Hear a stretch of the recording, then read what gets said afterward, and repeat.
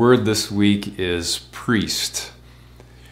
In the Old Testament, priests had a unique calling to intercede before God for people.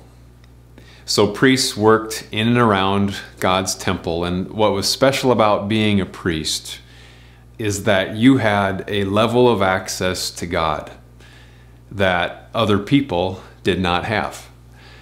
Now, that didn't mean that you were better than the people that you served, but it simply meant that you had this unique calling, unique responsibility, really, to bring people to God.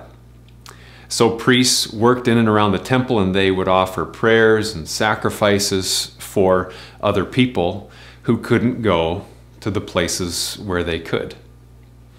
In the New Testament, however, that curtain which marked the place where only the high priest could go and no one else was torn in two. When Jesus died and rose again from the dead, he then gives us, by faith in him, access to God that we would not have or enjoy without him. In other words, by faith in Jesus, Jesus now makes us priests who are able to be in God's presence and bring other people into God's presence through prayer. In the readings attached to this email this week, you'll get to see and think about what it means for us to be priests today. One of those readings is Matthew 7. Jesus there teaches about not judging people, and then he follows that up with teaching about prayer. Jesus is telling us, instead of judging people when they fall short, pray for people when they fall short.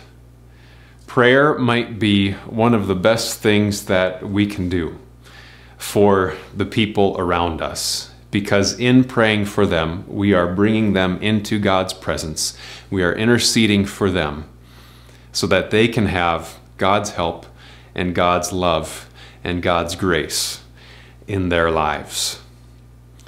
But the best part about this is that we have a priest in Jesus.